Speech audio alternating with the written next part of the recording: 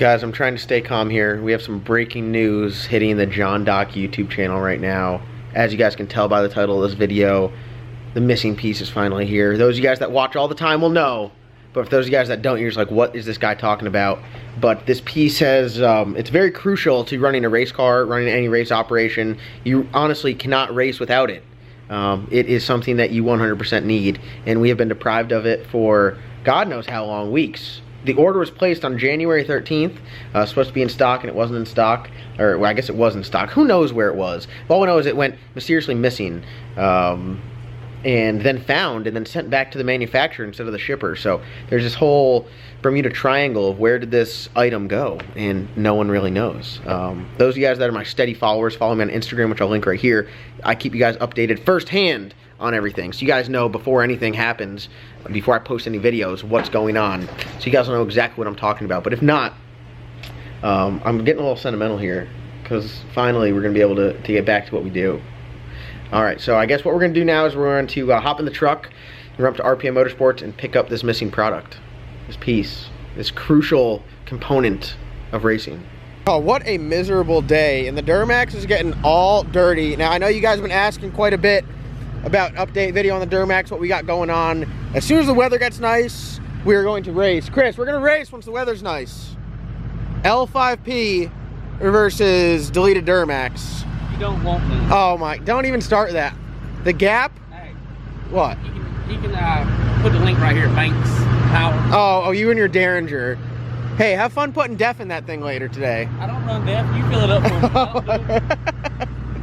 Alright, so we're gonna hop in here and we're going to head up to RPM Motorsports. Alright guys, so I think you guys might be knowing what I'm talking about, but I just got a call from Jeff that another piece that I was waiting for, so a completely separate item that you guys really will not expect at all is in, and we're gonna pick it up and bring it back to the shop today. So an exciting day, a very exciting day. I mean, I couldn't tell you how excited I am with everything we got going on in Mobile Vision, just kind of getting its first initial launch and get out there to the people, and you guys have responded so well by it that I'm really like speechless. So I'm excited. We got a ton of really great things going, and I hope this is just the start for so many. But enough of this, let's get to the shop.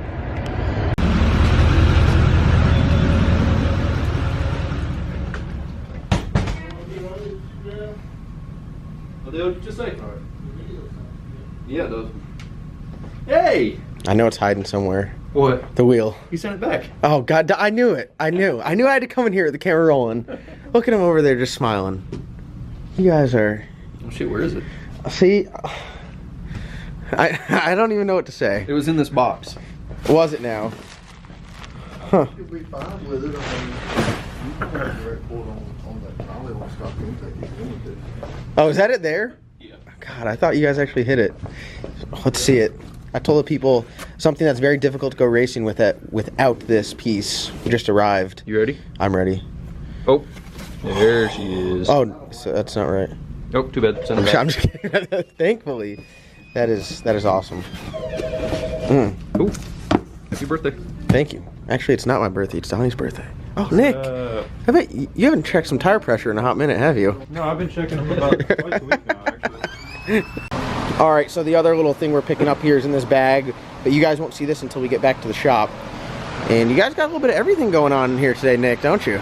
Just made 500 horsepower, oh sorry, 499 and some change on a cam only, I say cam only, it's got a cold air intake, long tube headers, and the RPM Motorsports Big Show cam. Is that graph still up? Yeah, still open. Look at this. Just a custom grind all motor cam. That's some serious power. That is as close to 500 as you guys can get without actually making 500. Sounded good too. I bet so. This is a gnarly cam. Can you start it up for me so that people can hear? How loud is it? I don't know. Very, very loud. So this is, like I said, RPM Motorsports has two real popular LS3 cams. The cam that's in my car, which is the B cam, and this is the all motor camshaft. Call it the Big Show.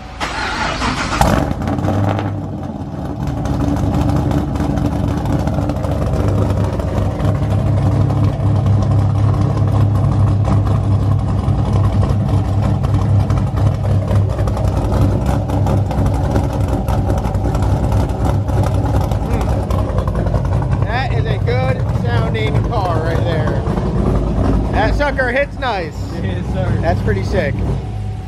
And just like that, 500 NA wheel horsepower. That should really help you smoke some tires. Yeah, be fast, be fun. Ben, did you find your missing $100 bill? Yeah. Where was it? Right here.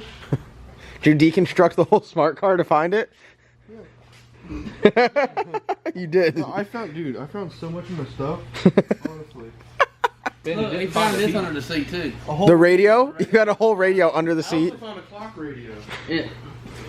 Oh my god. This car has aftermarket cruise control. So they override this button here for it's normally for your Windshield. washers. Okay. And you hit that and a little LED kicks on here and goes into cruise. Hit it again, it turns it off. Oh, I thought that was the little light for the meth, like in your Corvette. I thought too. Anyway, he was driving down the road the other day, holding to the floor, and he said the car wouldn't go nowhere. And he looked underneath there, and the module's right there. See that module under there? And he said it was sitting there flashing, and the cord had unplugged. He said, stuck it back in, he Googled it, see what it was. He said it was cruise control. He didn't know he had it. Ben, you're not Ben. Oh, no one wants to see you. Well, how do you turn the rear windshield wiper off? Because that thing would not go off the other It is day. a magical adjustment. You I gotta twisted find that thing all over and it would not go off. You got to talk to it just right. And it was dry, so it was just like squealing everywhere. Have you ever seen like the pictures of the guys, what they look like when they're looking down? Good one. This guy's a lucky young man. All right, Abe. You're a lucky young man too. I showed you guys we picked up the wheel from RPA Motorsports, but I also said there's something else that was in a bag that we were bringing back. And do you have any guesses what it could be? You brought the bag? Oh man. I secured the bag. Is it drugs or money? Oh wow. I thought it was cops. Oh. Don't drop it. Wow. Wow. I know what this is. No, after that piston joke, you can go ahead and drop that. I think it's like a box of like candy. There's something down right here. You're strong. I really wasn't even trying to hold that up. That was all you. Are you guys ready? Comment down below what you guys think this is. Ooh. You guys read that?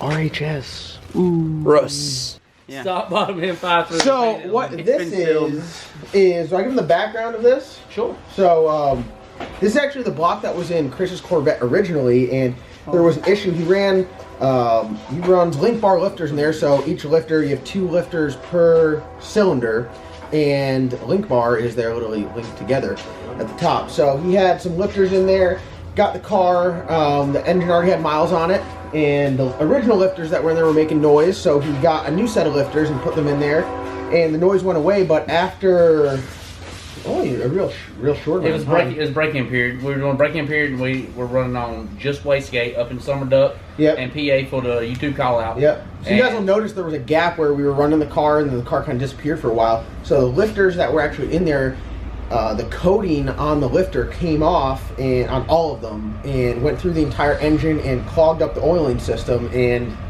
Drop pressure. essentially lost oil pressure and ate up all the bearings. And luckily the rotating assembly and the crankshaft and everything was okay.